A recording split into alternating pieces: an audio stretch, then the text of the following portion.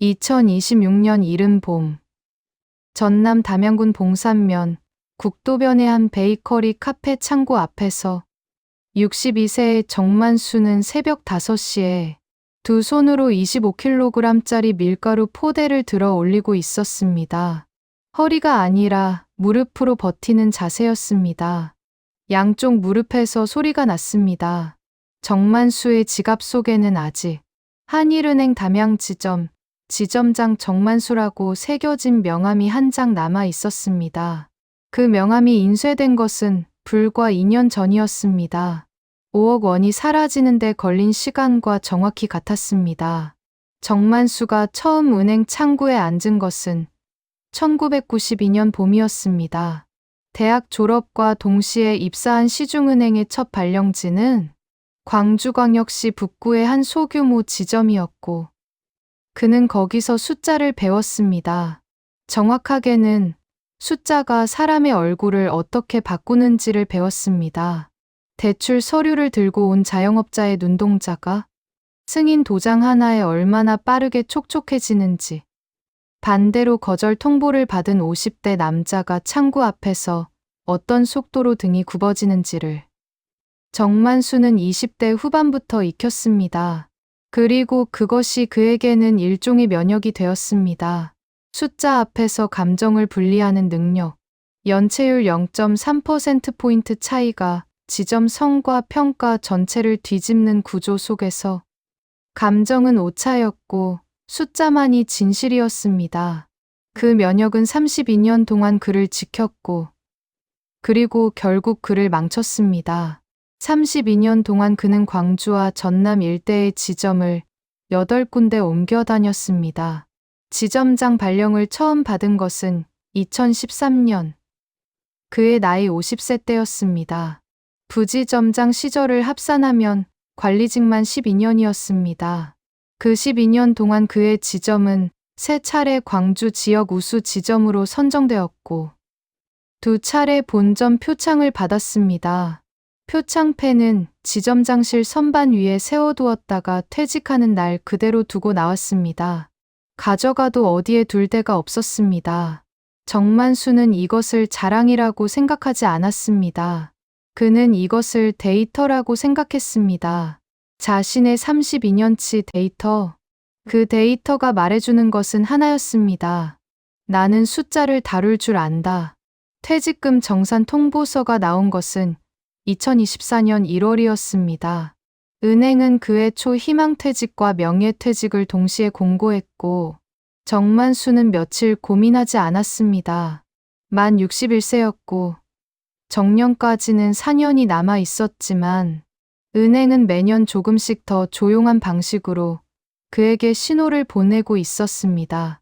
팀장급 이하 직원들이 그의 결제를 올리는 속도가 느려졌습니다. 신규 디지털 시스템 교육에서 그의 이름은 의무 대상자 명단에 빠져 있었습니다. 신임 부지점장이 지점장에게 보고하기 전에 먼저 지역본부 팀장에게 전화를 거는 장면을 그는 2번 목격했습니다. 3번째 목격하기 전에 그는 신청서를 냈습니다. 그것으로 충분했습니다. 명예퇴직 신청서에 도장을 찍고 난 다음 날 정만수는 평소보다 30분 일찍 출근해서 지점장실 책상 서랍을 혼자 정리했습니다.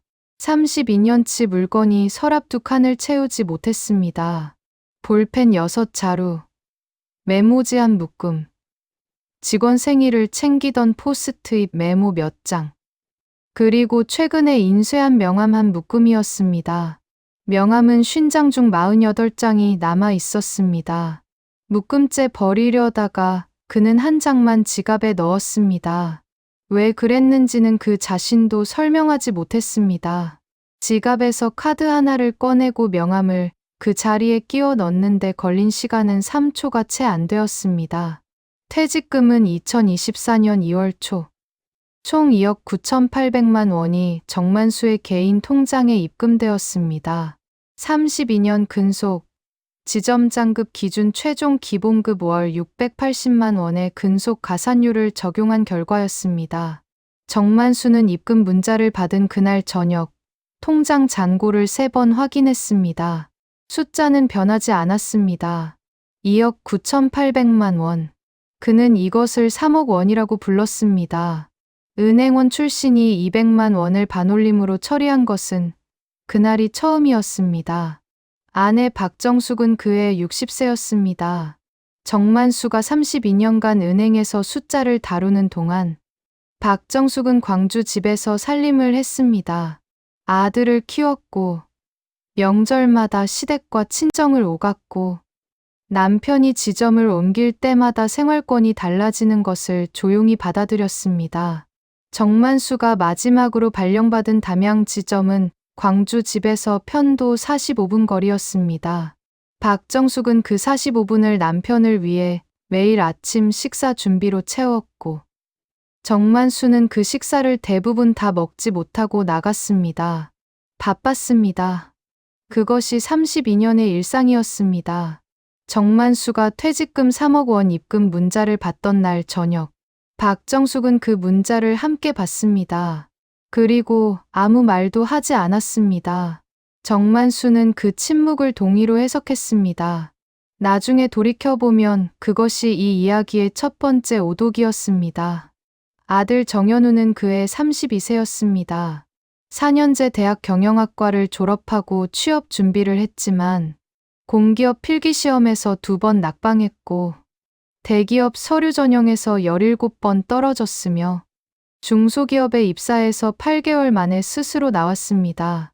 이후 3년 동안 정현우는 광주 집에서 부모와 함께 살았습니다. 낮에 유튜브를 보고 밤에 배달 앱으로 음식을 시켰습니다. 정만수는 아들과 제대로 된 대화를 나눈 기억이 없었습니다. 지점장으로 지내는 동안 그는 늘 저녁 8시 이후에 귀가했고 주말에는 피곤했으며 아들이 무엇을 좋아하는지, 왜 취업이 안 되는지, 무엇을 두려워하는지를 묻지 않았습니다. 아들 방문을 열어본 적이 마지막으로 언제였는지 그는 기억하지 못했습니다. 그것이 정만수에게는 2번째 오독의 씨앗이었습니다. 정현우가 카페 창업을 먼저 꺼낸 것은 아니었습니다. 정만수가 먼저 물었습니다. 퇴직 후 집에서 아들과 처음으로 마주 앉았던 어느 오후, 정만수는 아들에게 뭔가 해보고 싶은 거 없냐고 물었습니다. 정현우는 잠시 침묵하다가 카페 같은 거 해보고 싶은데라고 했습니다. 구체적인 계획은 없었습니다. 그냥 카페, 커피와 빵이 나오는 공간. 정만수는 그 대답을 들으면서 고개를 끄덕였습니다. 아버지로서 무언가를 해줄 수 있는 마지막 기회처럼 느껴졌습니다. 32년 동안 집에 없었던 빚을 한꺼번에 갚을 수 있는 기회처럼. 정만수는 그날 밤 담양 일대 상권 임대 매물 검색을 시작했습니다. 박정숙은 같은 시간 안방에서 텔레비전을 보고 있었고 둘 사이에는 거실 한 칸 거리가 있었습니다. 박정숙의 반대는 명확했습니다. 당신 퇴직금으로 애 사업 밀어주는 거 나는 반대야. 그 돈은 우리 노후 자금이잖아. 정만수는 들었습니다. 그리고 그것을 설득해야 할 반대 의견으로 분류했습니다. 그는 32년 동안 남의 사업 계획서를 검토하면서 살아왔습니다. 카페 창업 계획서쯤은 직접 짤 수 있다고 생각했습니다. 담양 관광객 유입 통계, 국도변 대형 카페 매출 사례, 베이커리 카페 평균 손익분기점 분석 자료를 A사 용지 12장 분량으로 출력해서 박정숙에게 보여줬습니다. 박정숙은 그 자료를 한 장씩 넘기다가 10번째 장쯤에서 멈추고 말했습니다. 당신이 직접 운영할 거야? 정만수는 잠깐 멈췄다가 말했습니다. 현우가 하는 거야. 나는 초반에만 도와주면 돼. 박정숙은 더 이상 말하지 않았습니다. 자료를 제자리에 내려놓고 주방으로 들어갔습니다. 그 침묵을 정만수는 또 한 번 동의로 해석했습니다. 담양군 봉산면 국도변 매물을 처음 본 것은 2024년 3월이었습니다. 전용 면적 150평, 대지 포함 200평, 2층짜리 단독 건물의 1층 전체를 임차하는 구조였습니다. 건물주는 보증금 8천만 원에 월세 600만 원을 요구했습니다. 국도 4차선 바로 옆 담양 메타세코이아 길에서 차로 5분 거리였습니다. 정만수는 입지 조건을 꼼꼼하게 따졌고 주말 오후 3시간 동안 앞 도로의 차량 통행량을 직접 세었으며 인근 카페 3곳의 주차 공간 포화 시간대를 30분 단위로 기록했습니다. 메모장 2장이 숫자로 빼곡했습니다. 그가 32년 동안 여신 심사를 할 때 쓰던 방식 그대로였습니다. 그리고 그는 이 매물을 적합이라고 판정했습니다. 32년 경험이 만들어낸 판정이었고 32년 경험이 놓친 것이 있었습니다. 그는 아들을 단 한 번도 변수로 넣지 않았습니다. 임차 계약서에 도장을 찍기 전날 밤 박정숙은 다시 한 번 말했습니다. 월세 600에 보증금 8천이면 1년에 임대료만 7,200만 원이야. 현우가 그걸 감당할 수 있겠어? 정만수는 말했습니다. 담양 관광 인구가 연간 500만 명이야. 입지 좋은 카페는 월 매출 2천만 원도 나와. 계산 내가 해봤어. 박정숙은 말했습니다. 당신이 거기 가서 직접 뛸 거야? 정만수는 대답하지 않았습니다. 다음 날 아침 그는 보증금 8천만 원짜리 수표를 들고 담양으로 내려갔습니다. 박정숙은 현관까지 나오지 않았습니다. 총 투자금 5억 원의 구조는 이렇게 완성되었습니다. 퇴직금 2억 9,800만 원 전액 투입, 그리고 부족분을 채우기 위한 신용대출 2억 원. 신용대출은 퇴직 전 재직 증빙과 퇴직금 수령 자산 증빙을 병행하여 실행했습니다.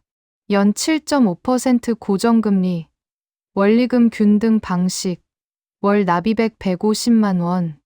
은행 여신, 창구에서 32년을 일한 남자가 처음으로 대출 신청서의 차주란에 자신의 이름을 적었습니다.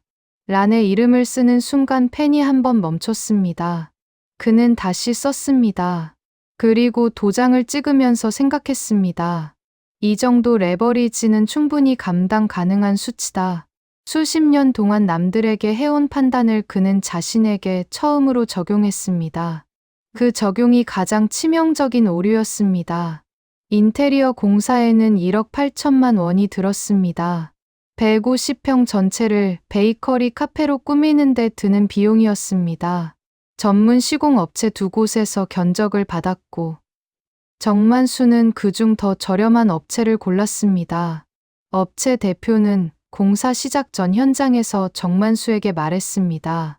사장님, 베이커리 카페는 주방 설비가 핵심인데 거기서 비용 빼면 나중에 제빵기사 못 씁니다. 데크 오븐 한 대에 1,200만 원이에요. 정만수는 말했습니다.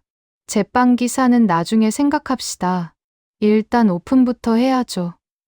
업체 대표는 더 말하지 않았습니다. 그것이 세 번째 오독이었습니다. 오픈은 2024년 6월이었습니다. 보증금 8천만 원, 인테리어 1억 8천만 원, 초기 집기 및 운영 자금으로 나머지 퇴직금 3,800만 원이 추가 투입되었습니다. 신용대출 2억 원은 이중 인테리어비 일부와 개업 초기 운영 자금으로 분산되었습니다. 5억 원짜리 설계도는 2024년 여름에 완성되었습니다. 개업날 정만수는 아들 옆에서 사진을 찍었습니다. 카페 간판 아래 두 사람 모두 웃고 있었습니다. 박정숙은 그날 담양에 오지 않았습니다. 개업 첫 주 토요일. 정만수는 카운터 옆에 서서 카페 문이 열리기를 기다렸습니다. 오전 10시 개점이었습니다. 담양 메타세코이아 길 방향에서 차 한 대가 주차장으로 들어왔고 4인 가족이 내렸습니다. 정만수는 그 장면을 보면서 월 매출 2천만 원이라는 숫자를 머릿속에서 한 번 더 굴렸습니다. 주말 하루 8시간 운영, 테이블 회전율 2회, 객단가 2만 5천 원, 150평에 40개 테이블. 숫자는 정확했습니다. 현실은 그 숫자와 달랐습니다. 그날 토요일 하루 매출은 87만 4천 원이었습니다. 정만수는 포스 마감 화면을 3번 눌러 확인했습니다. 숫자는 변하지 않았습니다. 4인 가족이 내린 그 차가 그날 주차장에 들어온 5번째 차였고 마지막 차이기도 했습니다. 개업 한 달째 되던 날, 정만수는 처음으로 월간 손익 계산서를 직접 손으로 작성했습니다. 항목은 단순했습니다. 들어온 돈과 나간 돈. 7월 한 달 총 매출은 820만 원이었습니다. 나간 돈의 항목은 다음과 같았습니다. 월세 600만 원, 신용대출 원리금 150만 원, 메인 제빵기사 이연민 월급 250만 원, 카운터 알바 김소연 급여 100만 원, 밀가루, 버터, 팥, 생크림, 우유 등 재료비 합계 219만 원, 전기세 및 가스비 43만 원, 소모품 및 포장재 12만 원, 합계 1374만 원. 정만수는 이 숫자를 2번 더했습니다. 결과는 같았습니다. 1374만 원. 매출 820만 원에서 1374만 원을 빼면 554만 원 적자였습니다. 그는 이 숫자를 계산서 맨 아랫줄에 적고 빨간 볼펜으로 동그라미를 쳤습니다. 32년 동안 남의 사업 적자 서류에 빨간 동그라미를 쳐오던 손으로 처음으로 자신의 장부에 그 동그라미를 그렸습니다. 아들 정현우는 그때까지 카페에 있었습니다. 카운터를 보거나 홀을 돌보는 것이 역할이었지만 실제로 그가 하루 중 카페 안에서 움직이는 시간은 길지 않았습니다. 오전에는 늦게 출근했고 오후에는 자주 자리를 비웠으며 손님이 몰리는 주말 점심시간대에 재고가 떨어져도 제빵기사 이연민에게 먼저 묻지 않고 정만수에게 전화를 걸었습니다. 정만수는 그때마다 광주에서 담양으로 차를 몰았습니다. 편도 45분, 왕복 90분이었습니다. 7월 한 달 동안 정만수가 담양을 왕복한 횟수는 18번이었습니다. 기름값 계산은 하지 않았습니다. 그는 이것을 항목으로 넣으려다가 멈췄습니다. 수치화할 수 없는 비용도 있다고 생각했기 때문이었습니다. 나중에 돌이켜보면 그것조차 수치화했어야 했습니다. 8월 매출은 960만 원이었습니다. 담양 여름 성수기 효과가 일부 반영된 수치였습니다. 하지만 성수기가 되면서 재료비도 함께 올랐습니다. 8월 재료비는 271만 원이었고 여름 냉방비로 전기세가 79만 원이 나왔습니다. 8월 고정 지출 합계는 1,450만 원이었고 적자는 490만 원이었습니다. 정만수는 이것을 7월보다 나은 달이라고 불렀습니다. 틀린 말은 아니었습니다. 적자가 64만 원 줄었으니까요. 하지만 맞는 말도 아니었습니다. 7월보다 나은 달에도 여전히 490만 원이 통장에서 빠져나갔으니까요. 9월이 되자 성수기가 끝났고 매출은 다시 760만 원으로 내려앉았습니다. 적자는 570만 원이었습니다. 개업 후 3개월 누적 적자는 1614만 원이었습니다. 정만수의 퇴직금에서 남겨두었던 운영 예비금 3800만 원 중 절반에 가까운 금액이 3개월 만에 소진되었고 나머지는 이제 5개월치 적자도 버티기 어려운 금액이었습니다. 정만수가 제빵기사 이연민을 처음 고용한 것은 개업 한 달 전이었습니다.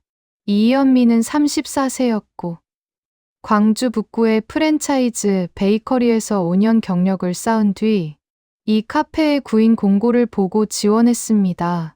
면접은 정만수가 직접 진행했습니다. 경력 증빙 서류, 위생교육 수료증, 이전 직장 재직 증명서를 순서대로 검토했습니다. 은행에서 여신 서류를 검토하듯 이연민은 면접 자리에서 말했습니다. 사장님, 베이커리 카페는 빵 품질이 전부예요. 제가 매일 새벽 4시에 출근해서 빵 굽는 건 괜찮은데 오븐이랑 발효기 상태 좀 점검해야 할 것 같습니다. 정만수는 고개를 끄덕이며 말했습니다. 이 부분은 내가 알아서 하겠습니다. 이현미는 더 말하지 않았습니다. 그 뒤로 이현미는 매일 새벽 4시에 출근해서 빵을 구웠고 월급 250만 원을 받았으며 이 카페에서 정만수보다 훨씬 더 많은 것을 알고 있었습니다. 재료가 언제 떨어지는지, 어떤 빵이 오후 3시 이후에 남는지, 주말과 평일의 반죽 양을 어떻게 다르게 잡아야 하는지를 정만수는 그것을 이현민에게 물어야 하는 처지였지만 쉽게 입이 열리지 않았습니다. 32년 동안 그 방향으로 입을 열어본 적이 없었기 때문이었습니다. 카운터 알바 김소연은 21세였습니다. 담양 인근 대학교 2학년생으로 시간당 최저임금을 받으며 주 5일 오전 10시부터 오후 5시까지 포스를 담당했습니다. 김소연은 일을 잘했습니다. 손님 응대가 빠르고 정확했으며 카드 단말기 오류가 날 때는 정만수에게 묻지 않고 혼자 해결했습니다. 문제는 정만수가 김소연 앞에서 무엇을 어떻게 해야 할지 몰랐다는 점이었습니다. 32년 동안 그는 지시를 내리는 쪽이었습니다. 결제를 받는 쪽이 아니었습니다. 담양 카페에서 정만수는 하루 종일 이현민과 김소연의 동선 사이에 어정쩡하게 끼어 있었습니다. 주방에 들어가면 이현민의 영역이었고 카운터 앞에 서면 김소연의 자리였습니다. 어느 날 오후 손님이 크루아상 2개를 카운터 위에 들고 와서 김소연에게 말했습니다. 이거 좀 바꿔주세요. 안에 버터가 없는 것 같아서요. 김소연이 환불 처리를 하려는 순간 정만수가 다가와서 말했습니다. 제가 직접 확인해 보겠습니다. 김소연은 잠시 멈칫했다가 포스에서 손을 내렸습니다. 정만수는 크루아상을 반으로 잘랐습니다. 버터층이 분명하게 보였습니다. 손님은 아무 말 없이 크루아상을 들고 자리로 돌아갔습니다. 김소연은 그 장면을 보면서 아무런 표정도 짓지 않았습니다. 정만수는 그 무표정이 무엇을 의미하는지 그날 밤 집에 돌아오는 차 안에서 생각했습니다. 결론은 내리지 못했습니다. 10월의 어느 월요일 오전 정만수는 카페 화장실 청소를 처음으로 혼자 했습니다. 그 전까지는 아들 정현우가 담당했습니다. 그날 정현우가 오전에 출근하지 않자 정만수는 1시간을 기다렸다가 직접 청소 도구를 들었습니다. 고무장갑을 끼고 변기 안쪽을 닦으면서 그는 생각했습니다. 내일은 현우가 오겠지. 현우는 다음 날도 오지 않았습니다. 그 다음 날도 오지 않았습니다. 사흘째 되던 날 저녁, 정만수의 전화기에 카톡 메시지 하나가 도착했습니다. 정현우였습니다. 아빠, 나 여기서 숨이 안 쉬어져. 미안해. 정만수는 그 메시지를 읽고 바로 전화를 걸었습니다. 전화는 연결되지 않았습니다. 다음 날 아침 다시 전화를 걸었습니다. 없는 번호라는 안내 메시지가 흘러나왔습니다. 정현우는 번호를 바꿨습니다. 개업으로부터 정확히 6개월이 지난 시점이었습니다. 정만수는 카톡 창을 닫지 않았습니다. 그 메시지 화면을 한동안 켜두었습니다. 문장은 열쇠자였습니다. 아빠, 나 여기서 숨이 안 쉬어져. 미안해. 32년 동안 숫자를 다루던 남자는 열쇠자를 해석하지 못했습니다. 정만수는 그날 저녁 광주 집으로 돌아와 박정숙에게 이 사실을 말했습니다. 박정숙은 아무 말도 하지 않았습니다. 소파에 앉아서 창문 쪽을 보고 있었습니다. 정만수는 말을 이으려다가 멈췄습니다. 두 사람 사이에 아무런 소리도 없었습니다. 그날 밤 식탁 위에는 밥두 공기가 차갑게 식었습니다. 정만수도 박정숙도 식사를 하지 않았습니다. 다음 날 새벽, 정만수는 혼자 담양으로 내려갔습니다. 카페 문을 열고 불을 켜고 창고에서 25kg짜리 밀가루 포대를 꺼냈습니다. 이현민이 오전 4시에 출근해서 이미 반죽을 시작하고 있었습니다. 이현민은 창고 앞에 밀가루 포대를 들고 서 있는 정만수를 보고 말했습니다. 사장님, 제가 할게요. 정만수는 말했습니다. 아닙니다. 내가 합니다. 이현미는 더 말하지 않고 주방으로 들어갔습니다. 정만수는 25kg 포대를 두 손으로 잡아 주방 앞까지 끌었습니다. 허리를 굽히는 순간 오른쪽 무릎에서 소리가 났습니다. 그는 멈추지 않았습니다. 멈출 수 없었습니다. 이것을 멈추면 다음에 멈출 수 있는 것이 아무것도 없다는 것을 그는 알고 있었습니다. 아들이 사라진 이후 카페 운영의 구조는 그대로였지만 무게 배분이 달라졌습니다. 이현미는 빵을 굽고 김소연은 카운터를 받습니다. 정만수는 새벽 5시에 출근해서 밀가루 포대를 날랐고 오전 7시에 150평 홀을 대걸레로 닦았으며 오전 9시에 화장실 변기를 청소했습니다. 그리고 오전 10시에 카페 문을 열었습니다. 이현민과 김소연이 보는 앞에서 전직 지점장은 화장실 청소를 마치고 나와 손을 씻었습니다. 62세의 손이 고무장갑 안에서 붉어져 있었습니다. 아무도 그것에 대해 아무 말도 하지 않았습니다. 11월 매출은 680만 원이었습니다. 담양 비수기가 본격화된 달이었습니다. 고정 지출 1350만 원과 비교하면 적자는 670만 원이었습니다. 정만수는 이 숫자를 계산서에 적다가 펜을 내려놓았습니다. 손이 약간 떨렸습니다. 그것이 추위 때문인지 다른 이유 때문인지 그는 구분하지 않았습니다.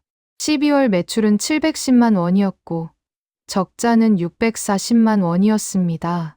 1월에는 630만 원 매출에 적자 720만 원이었습니다.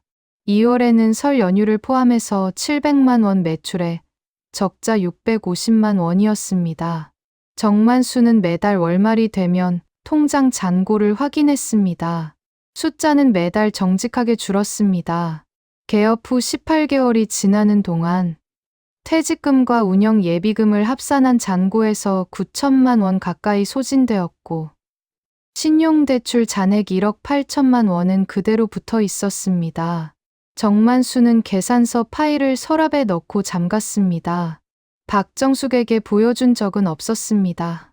박정숙은 아들이 잠적한 이후 2달이 지난 어느 날 새벽 처음으로 담양 카페에 나타났습니다. 정만수가 홀 대걸레질을 하고 있는 시간이었습니다. 박정숙은 아무 말 없이 포장 작업대 앞에 앉아서 크루아상 봉투를 접기 시작했습니다. 정만수는 그 모습을 보고 멈칫했습니다. 무슨 말이라도 해야 한다고 생각했지만 아무 말도 나오지 않았습니다. 박정숙도 말하지 않았습니다. 두 사람은 1시간 동안 각자의 작업을 하며 같은 공간에 있었습니다. 대화는 없었습니다. 박정숙은 봉투 접기를 마치고 자리에서 일어나 차 키를 들고 카페를 나갔습니다. 정만수는 그 뒷모습을 보았습니다. 그것이 지금까지 반복되는 새벽의 풍경이었습니다. 박정숙은 매일 오지 않았습니다. 일주일에 서너 번 새벽 6시쯤 나타나서 말없이 포장을 돕고 이현민이 주방에서 첫 번째 빵을 꺼낼 때쯤 조용히 자리를 떴습니다. 두 사람 사이에는 이제 말이 없었습니다. 말 대신 크루아상 봉투 접히는 소리와 대걸레가 150평 바닥을 천천히 훑는 소리만 남아 있었습니다. 2026년 1월의 어느 밤 정만수는 담양 카페 사무 공간 한쪽 구석에 놓인 접이식 책상 앞에 앉아 처음으로 폐업 시뮬레이션을 돌렸습니다. 노트북 화면에는 엑셀 파일이 열려 있었습니다. 그는 항목을 하나씩 입력했습니다. 임차 보증금 8천만 원은 건물주에게 돌려받을 수 있었습니다. 하지만 그 돈이 그의 손에 쥐어지기까지는 조건이 있었습니다. 150평 전체의 원상복구, 인테리어 철거, 주방 설비 해체, 바닥 원상복구, 벽면 도색. 정만수는 인터넷에서 인테리어 철거 업체 견적을 3곳에서 받았습니다. 평당 12만 원에서 15만 원. 150평 기준 최소 1,800만 원, 최대 2,250만 원. 정만수는 보수적으로 2천만 원이라고 입력했습니다. 다음 항목은 임대차 계약 중도 해지 위약금이었습니다. 계약 기간은 3년이었고 현재 운영 기간은 약 19개월이었습니다. 잔여 계약 기간은 17개월. 계약서 특약 조항에는 중도 해지 시 잔여 임대료의 10%를 위약금으로 지급한다고 명시되어 있었습니다. 월세 600만 원. 잔여 17개월. 10%. 계산은 간단했습니다. 600만 원 곱하기 17개월 곱하기 0.1. 1,020만 원. 정만수는 이 숫자를 입력하면서 잠깐 멈췄습니다. 계약서에 도장을 찍을 때 이 조항을 읽었습니다. 읽었지만 이 숫자를 실제로 계산해 본 적은 한 번도 없었습니다. 다음 항목은 신용대출이었습니다. 2억 원, 연 7.5% 고정금리, 원리금 균등 방식으로 19개월째 상환 중이었습니다. 19개월 동안 납입한 원금은 약 1,900만 원 수준이었고 잔여 대출 원금은 약 1억 8,100만 원이었습니다. 폐업과 동시에 이 금액은 즉시 상환 대상으로 전환되었습니다. 정만수는 1억 8,100만 원이라고 입력했습니다. 은행에서 32년 동안 이 칸을 채우는 것을 거절해온 남자의 손이었습니다. 마지막 항목은 남아있는 집기와 설비의 중고 처분가였습니다. 데크 오븐, 발효기, 냉장 쇼케이스, 제빙기, 커피 머신. 1억 8천만 원짜리 인테리어에 포함된 설비들이었습니다. 중고 처분 시세는 매입가의 2030% 수준이었습니다. 정만수는 보수적으로 20%를 적용해서 3,600만 원이라고 입력했습니다. 이것이 폐업 시 회수 가능한 유일한 현금이었습니다. 엑셀 마지막 줄에 합계 수식을 입력했습니다. 폐업 즉시 발생 비용 합계 원상복구 2천만 원, 위약금 1,020만 원, 대출 즉시 상환 1억 8,100만 원, 합계 2억 1,120만 원, 회수 가능 금액 합계 보증금 8천만 원, 집기 처분가 3,600만 원, 합계 1억 1,600만 원, 폐업 순간 즉시 확정되는 순손실은 9,520만 원이었습니다. 거기에 지난 19개월간 누적된 운영 적자 약 9천만 원을 더하면 정만수가 이 카페에서 확정적으로 잃은 돈은 총 1억 8,520만 원이었습니다. 퇴직금 3억 원 중 60%가 넘는 금액이었습니다. 그리고 폐업 이후에도 신용대출 잔액 1억 8,100만 원은 그의 명의로 고스란히 남아 있었습니다. 집도 없었습니다. 광주 아파트는 전세였습니다. 전세 보증금 2억 원이 있었지만 그것은 이미 아내 박정숙의 노후 자금이라는 암묵적 경계선이 쳐져 있는 돈이었습니다. 정만수는 그 돈에 손댈 수 없었습니다. 손대는 순간 그 경계선이 무엇을 의미하는지를 두 사람 모두 알고 있었습니다. 정만수는 엑셀 파일을 저장하지 않고 닫았습니다. 창을 닫으면 숫자도 사라지는 것처럼. 하지만 숫자는 사라지지 않았습니다. 그 숫자들은 그의 머릿속에 박혀 있었습니다. 32년 동안 남의 숫자를 다루던 방식 그대로 이번에는 자신의 숫자가 그를 다루고 있었습니다. 날 새벽 5시 정만수는 담양 카페 문을 열었습니다. 폐업을 결정하지 않았기 때문이 아니었습니다. 폐업을 결정하는 순간 파산이 확정되기 때문이었습니다. 문을 여는 것은 희망이 아니었습니다. 문을 닫는 것을 유예하는 행위였습니다. 그는 창고로 들어가서 25kg 밀가루 포대를 집어 들었습니다. 오른쪽 무릎에서 소리가 났습니다. 왼쪽 무릎도 같은 소리를 냈습니다. 정만수는 허리를 펴고 포대를 주방 앞까지 끌었습니다. 이현민이 오전 4시부터 반죽을 하고 있었습니다. 두 사람은 아무 말도 하지 않았습니다. 2026년 2월, 정만수는 처음으로 국민연금 수령 가능 시점을 조회했습니다. 국민연금공단 홈페이지에 공인인증서로 로그인해서 예상 수령액 조회 버튼을 눌렀습니다. 그의 국민연금 예상 수령 개시 나이는 만 63세였습니다. 현재 나이 62세? 1년이 남아 있었습니다. 예상 월 수령액은 약 97만 원이었습니다. 정만수는 이 숫자를 엑셀에 새로 입력했습니다. 월 97만 원. 카페 월 평균 적자 500만 원. 97만 원으로 500만 원을 감당할 수는 없었습니다. 하지만 아무것도 없는 것보다는 97만 원이 나았습니다. 그것이 지금 정만수가 붙잡고 있는 유일한 숫자였습니다. 그는 파일 이름을 출구 시나리오라고 저장했습니다. 그리고 다시 창을 닫았습니다. 박정숙은 그 무렵부터 주 4회 새벽 카페 출근을 규칙처럼 지켰습니다. 여전히 말은 없었습니다. 포장 작업대에 앉아서 봉투를 접고 이현민의 첫 번째 빵이 오븐에서 나올 때쯤 자리를 떴습니다. 어느 날 새벽, 정만수가 대걸레로 홀바닥을 닦고 있을 때 박정숙이 포장 작업을 마치고 일어서면서 말했습니다. 무릎 병원은 갔어? 정만수는 대걸레를 멈추고 말했습니다. 괜찮아. 박정숙은 더 말하지 않았습니다. 차 키를 들고 나갔습니다. 두 사람이 나눈 대화는 그것이 전부였습니다. 아들이 잠적한 이후 두 사람이 나눈 가장 긴 대화이기도 했습니다. 3월이 되었습니다. 담양에 봄이 오면서 주말 손님이 조금씩 늘었습니다. 메타세쿼이아길의 벚꽃 시즌이 시작되는 시점이었습니다. 3월 셋째 주 토요일. 카페 주차장은 오전 11시에 만차가 되었습니다.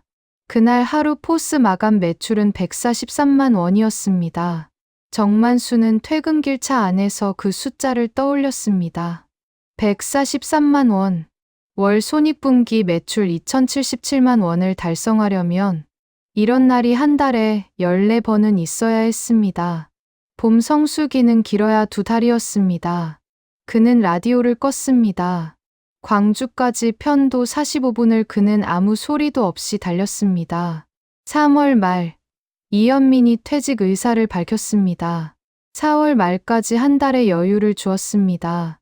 정만수는 구인 공고를 올렸습니다. 담양 광주 지역 경력 제빵기사 구인. 월 250만 원. 2주가 지나도록 지원자는 한 명이었습니다. 면접 날, 그 한 명은 나타나지 않았습니다. 4월 마지막 날, 이현민이 퇴직했습니다. 정만수는 그날 주방에 처음으로 혼자 들어갔습니다. 이현민이 쓰던 앞치마가 걸고리에 걸려 있었습니다. 그는 이현민의 레시피 노트를 찾아 선반 맨 윗칸에서 꺼냈습니다. 낡은 비오 노트 첫 페이지를 펼쳤습니다.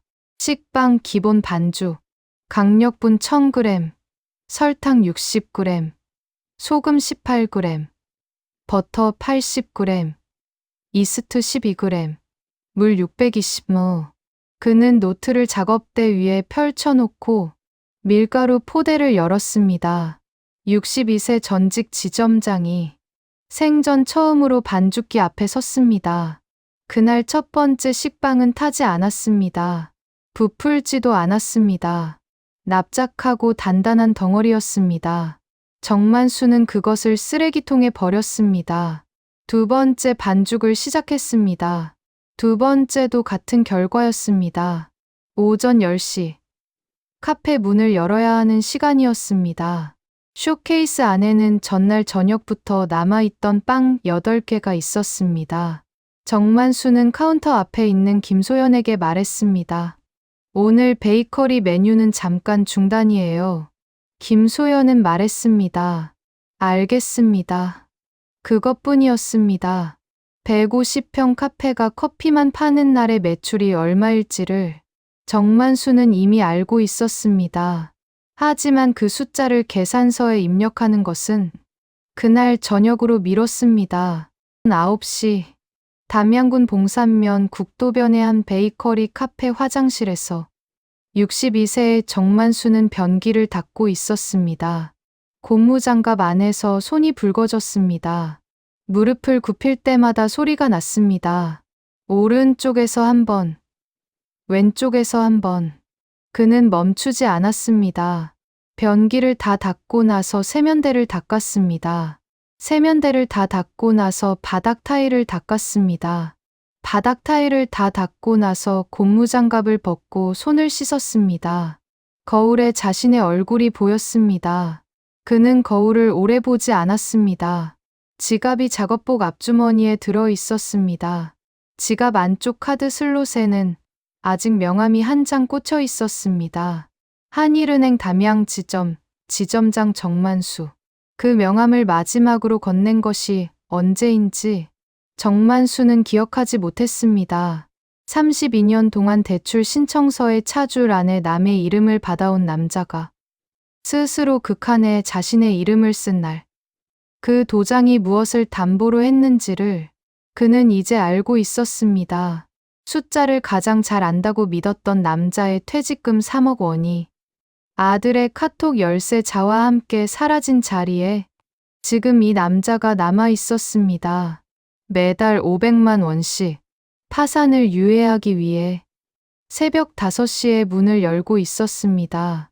대한민국에서 가장 숫자를 잘 다뤘던 남자가 자기 자신에게는 왜 그 숫자를 적용하지 않았을까요? 영상이 도움이 되셨다면 구독과 좋아요를 부탁드립니다. 여러분의 비슷한 경험이나 사연이 있다면 댓글로 공유해 주십시오.